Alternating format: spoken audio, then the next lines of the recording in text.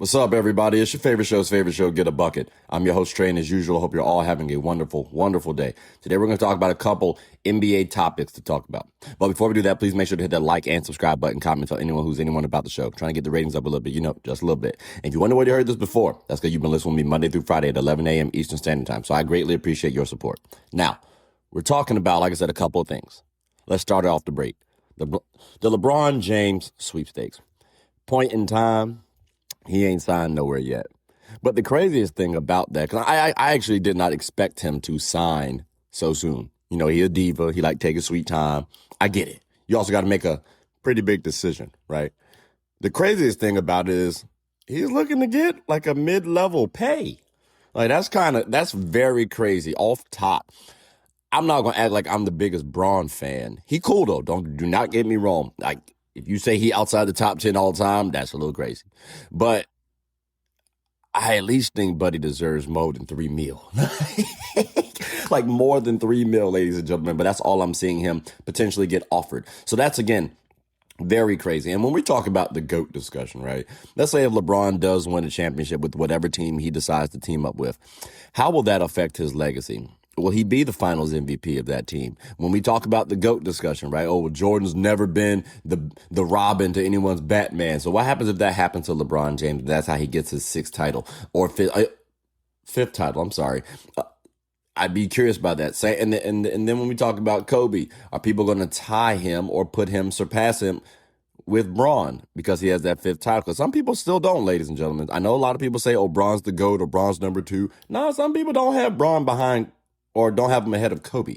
So again, I'm curious how this move will ultimately affect his legacy for people in these discussions. But again, until we figure out where he goes, I have no clue where he goes.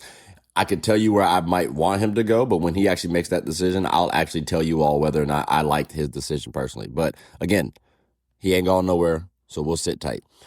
The next person we got to talk about, you could arguably say is one of his rivals. But Kawhi, this Raptors trade is on hold because they're waiting for the investigation to be resolved. I ain't gonna lie to you, that's kind of annoying. Because again, I was wondering if his issue had been resolved, if this investigation had been resolved.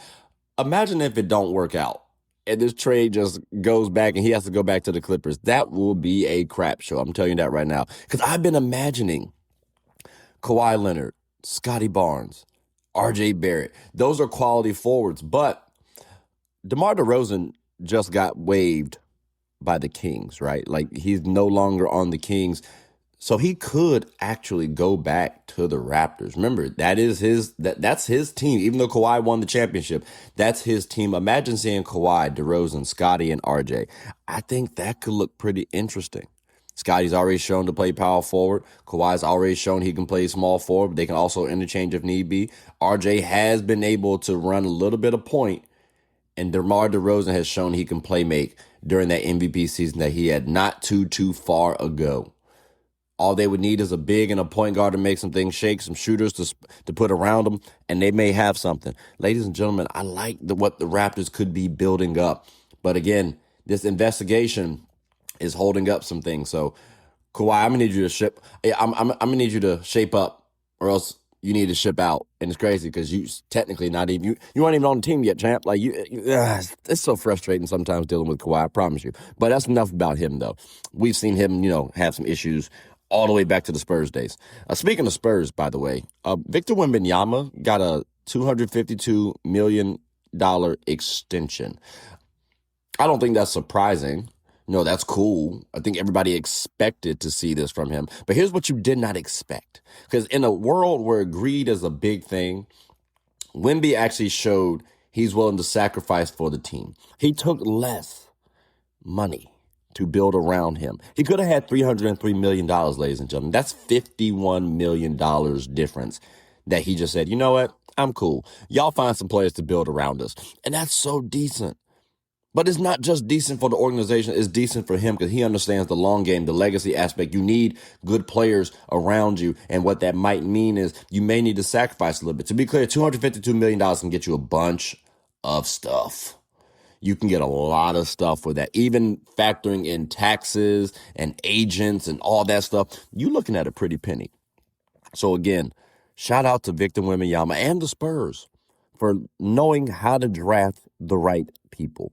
Because again, he's taking less, so that way hopefully he can win more. Let me say that again. He's taking less individually so that maybe he can get more and also give more, because you have more players around you, the easier the game gets and the easier you can display your talent. So kudos to Victor Wembanyama, one of them ones.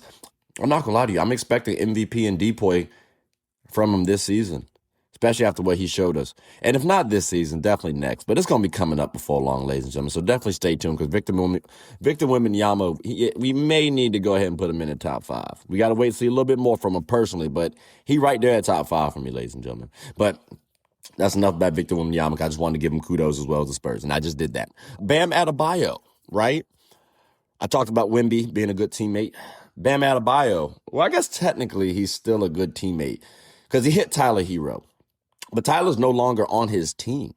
That's the crazy part. Now, I was wondering what was said, and I just found out, I don't know if this is true or not, ladies and gentlemen, but apparently word on the street through the grapevine, Herro said that Bam Adebayo is overrated. Now, if that's true, right, we've seen Jordan Poole get his tail beat by Draymond Green because Jordan Poole probably said something a little bit disrespectful. And it might have had similar sentiments that what Tyler Herro said. Just call him spade a spade. And hear me out, right? When we have athletes chiming the way they do, they're going to talk, right? But sometimes you're going to have to back it up. Sometimes you're just going to have to back it up. They're still grown men, ladies and gentlemen, end of day. So for me, what this says is this Bucks versus Heat game will be pretty interesting. Like next season, that thing is about to be spectacular. One of my boys told me that Tyler Herro about to drop 40. He's going to have the attempts, especially if, is KPJ still there? Is Ryan Rollins still there? I don't know. That could be a little interesting. But, ladies and gentlemen, I just wanted to bring this up. One, Bam might be a little bit better than we realized. He might be taking more, not pressure, he might be taking more crap and saying, I don't like this. And next season, he's going to turn it around. Because I'm not going to lie to you, ladies and gentlemen, I have heard that Bam is average, more so on the offensive end. Defensively, he's been considered elite. But maybe he's taking that offensive, and now he'll showcase next season that he's a little bit better than what he's shown offensively. Especially having Giannis on the team, too. You kind of have to do that anyways. Because, again, the Heat do have title expectations, at least going to the playoffs, second round during their first season. Next season, you got title aspirations, and realistically, you got title aspirations here too. But ladies and gentlemen, you got to make sure that Bam Adebayo is holding himself accountable offensively. He has good talent. He's a very versatile player, but he has not shown the best of his abilities too. So again, I need him to make sure that he's showcasing his talent across the board. If he can, then he'll be stellar. If not, then other people are going to continue to make these statements, and I'm going to be wondering about his confidence. Because if you letting Tyler Herro get under your skin, that's a little bit tough. But again, we just got to wait to see what happens with that, okay? Now, the next one, Morant. Okay, his response went as follows, ladies and gentlemen, because y'all know how I feel about Morant, okay? And I'm not the biggest fan of Ja as an individual. As a talent, he cool, but his individual, at least from what he's shown, hasn't been worth it. Now he says this: What would I like to clear up? I think you know the answer to that. My image, that I'm a bad guy. I'm Ja. I've done what I've done in the past, but it's been addressed and handled already. I don't see why years later that's still the topic when nothing's happened since. If I was that guy, y'all wouldn't be talking to me now. I wouldn't be here. And that's not the case, Ja. I'm just clear this up for you right now, ladies and gentlemen. Morant is not one of them guys. Morant is more like an interesting talent that we've seen people still like because, again, he's energetic. He's high flying. He could be box office, okay? But the problem is his mindset. Again, the thing that stuck out to me the most, I've done what I've done in the past, but it's been addressed and handled already. I don't see why years later that's still the topic when nothing's happened since. Again, you don't understand why this is still a topic You literally said it yourself. Nothing's happened since. You haven't been playing basketball. You have not. And if you have, it's not been at an elite level to where we're going to say, we'll forget it. Like when Kobe got hemmed up in his situation, right? I'm not getting into whether or not he did or did anything. I'm saying there was a situation that occurred and it was very extreme. And what did Kobe do? He dominated on the court. So at least when Buddy was playing, we weren't even talking about it as much. Sure, people were talking about it. People still talk about it to this day. Even after his passing, people still try to bring it up. But you're saying, Ja Morant, that because you've done what you've done and it was in the past, why are we still talking about it? Well, people talk about our past all the time, ladies and gentlemen. You got to make sure you realize that. So it's important to know what you do to people early on. It's important to know how you treat people early on because those things eventually come back to you. And especially if you're not dominating, especially if you're not doing anything positive that is outward and is getting a lot of traction, yeah, people are going to focus on those negatives. People love to focus more on the negatives than the positive until the positives become so elite that it's hard to usurp them, right? So again, Ja Morant, I still don't like your mindset, champ. I get you. You want us to stop forgetting that you got into a bunch of theatrics, you got into a bunch of issues and hiccups along the way. You know how you do that? You shut your tail up, get on the basketball court, and dominate. If you don't do that, people are going to continue to talk about you. I don't know what to tell you, bro. I'm not your biggest fan right now, and I know you really don't care.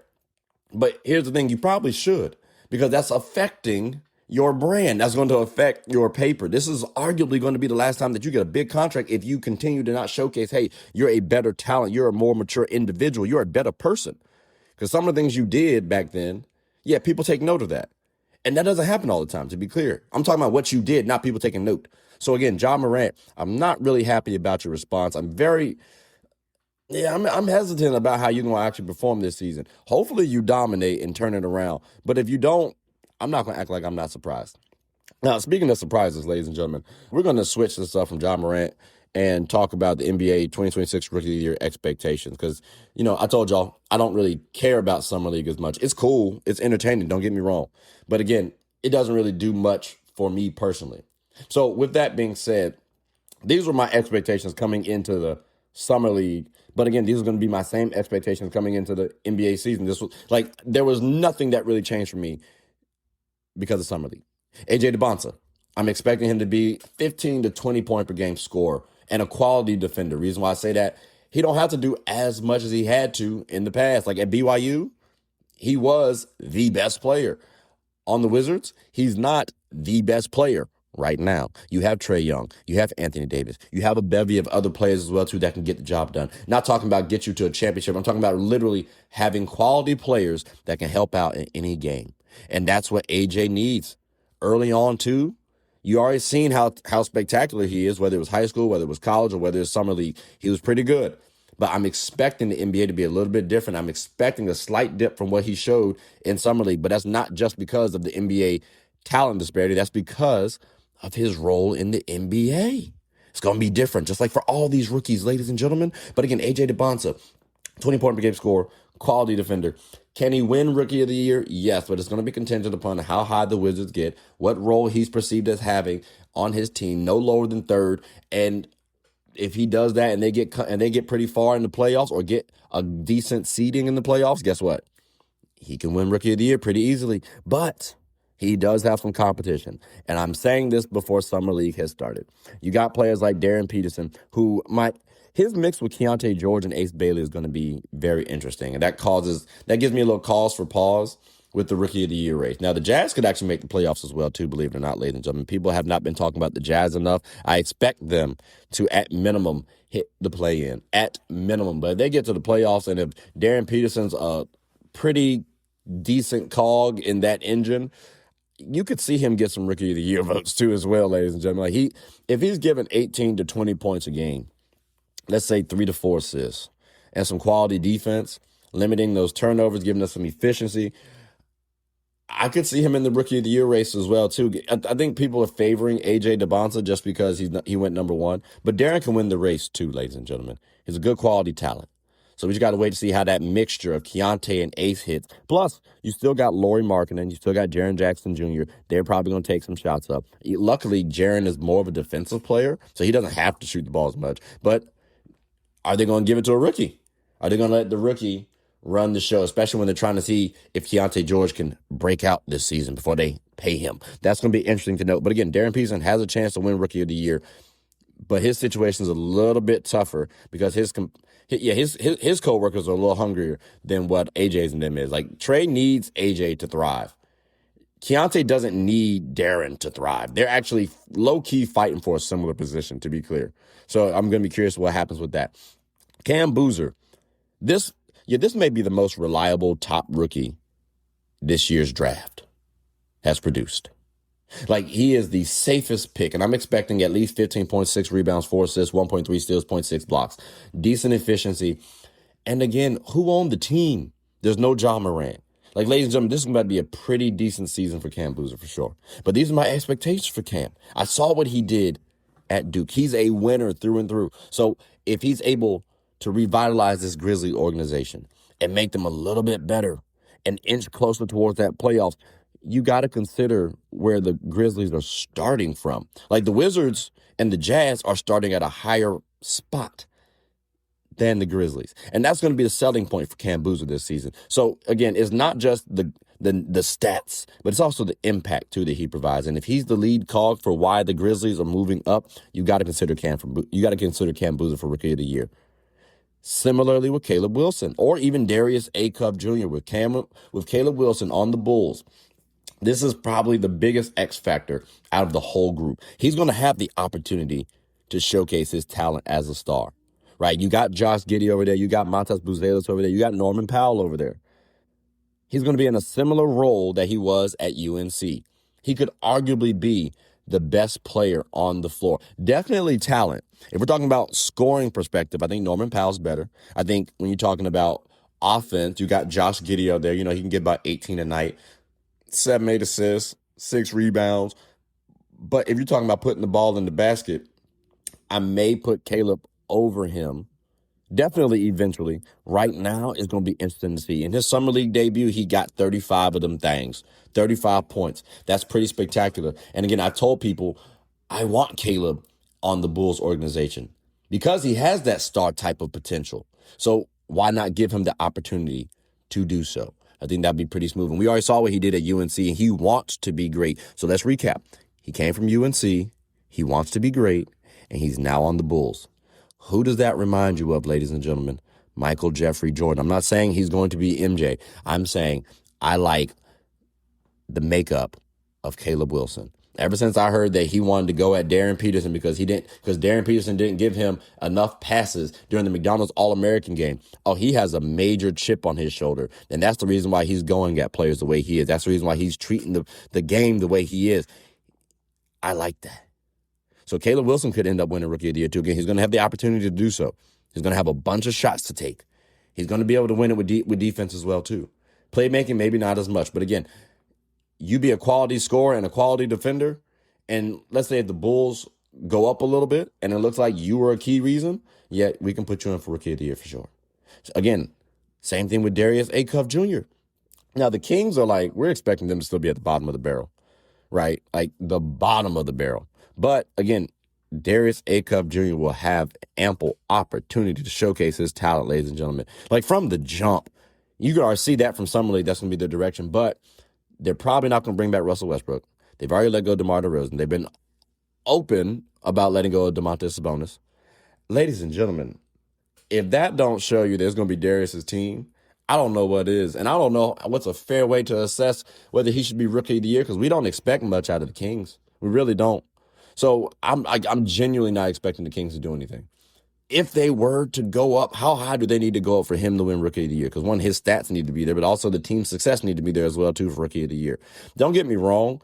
Team success doesn't matter as much. Productions come first. But if we need to differentiate, then team success will matter for sure. So again, ladies and gentlemen, even someone like Keaton Wagler, he didn't have the best first game in Summer League, came out, had a better game, 23 points, 24 points, something like that, 4 assists. If that translates to the Clippers, well, you do have an interesting team. You have a young team. I think they're a little bit below the Jazz, right, in terms of expectations for this upcoming season. But imagine if the Clippers remain in the playoff race and Keaton actually hooping. Again, all these teams, AJ's supposed to be in the playoffs. Darren Peterson's supposed to be in the playoffs, or at least can be in the play-in. Cam Boozer, I'm not expecting. Caleb Wilson, we'll see. Darius Acuff, I don't think there's a way. So if Keaton can at least get to the playoff and gives you the stat production, he might have a chance at winning Rookie of the Year. I don't expect it. I don't. And that's more so from the Clippers than I'm talking about Keaton. I still got my issues with Keaton personally, but he seems to be a decent player. But overall, ladies and gentlemen, this Rookie of the Year race, I'm expecting it to be an interesting one. It has nothing to do with Summer League. Summer League is, again, entertainment for sure. But the roles that they're going to play are a little bit different. So, again, Summer League, Rookie of the Year expectations. All these 6 players could potentially win Rookie of the Year. But I am curious, ladies and gentlemen, what your thoughts are thus far of the episode. Topics, meaning. Where do you think LeBron James is going to go? And how do you think his decision is going to affect his legacy?